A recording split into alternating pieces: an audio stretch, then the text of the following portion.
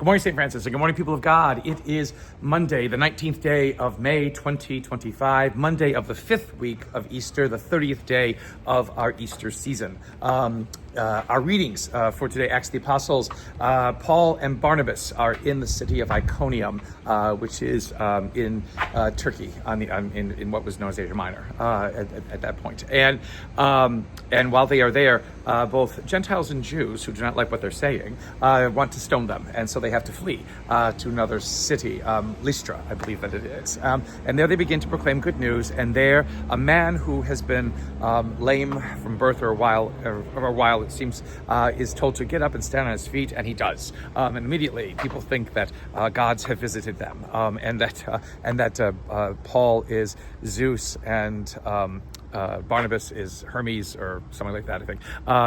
And basically they begin to want to offer sacrifices to them and to honor them as gods. And Paul and Barnabas basically say, no, what are you doing? What are you doing? It is, again, the God of Jesus of Nazareth who has done this. Is Jesus is, the one who Jesus proclaimed, the one who Jesus represents, that has allowed this healing to happen. And this happened because, there is a God who cares about you, and a God who wants to do great things for you, who is not expecting these kinds of sacrifices to be able to get the work done. Because this is, again, why the people are bringing, oxen and garlands and whatever it is to sacrifice, is so that the gods keep doing this. Because, again, in the Greco-Roman mythology, one had to sort of stroke the gods, in many ways, their egos and whatever it is, to allow them to be able to do the good that they were doing. You had to kind of keep pumping them up and keep doing things that they were going to like, so that they would keep doing nice things, for you. But this is, again, what Paul and Barnabas are proclaiming is not a God who has to be bought. It's not a God who has to be given all kinds of accolades or whatever it is, so this God does great things, for them. It is a God who works by nature of who and what this God is, a God who gives, constantly gives, never stops giving, and wants to give even more if you will just acknowledge what we are being given in the first place. And so they try to make this statement, to the people of Lystra, and it doesn't really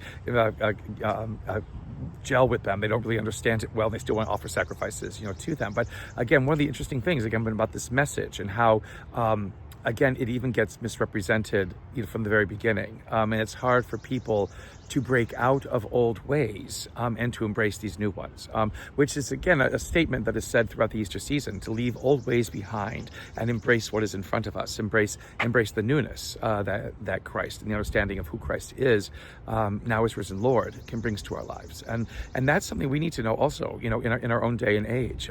We cling to old ways and old misconceptions about who and what this God is and how we should be before this God.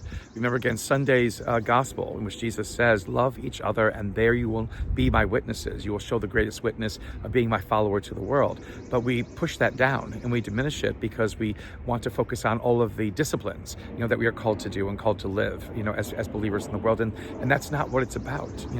It's about love and knowing that there is a God who loves and who gives, out of that love.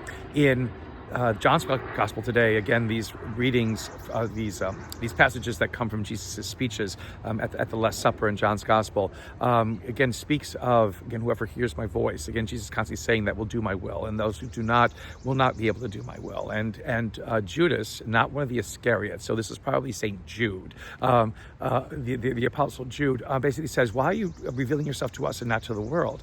And the bottom line of that is that Jesus, again, takes us seriously. The mission of Christ needs to be taken seriously by us.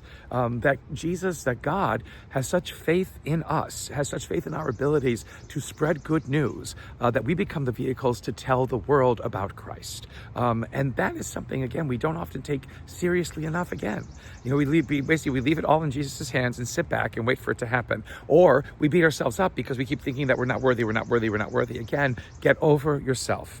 Get over yourself. You exist. You exist for a reason. You exist because God has designed it. That you exist because God has demanded it. Well, put that use of your existence to good use. Make that existence of yours something that proclaims good news. It is, again, God's desire. We are called to spread this good news, not sit around and be, twiddling our thumbs because of our sinfulness and our brokenness and constantly listening for rules and regulations that we can obey. There is only one rule to obey, one obligation to obey, to love.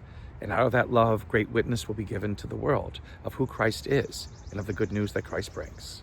A continued blessed Easter season, St. Francis and people of God. May the Lord give you his peace.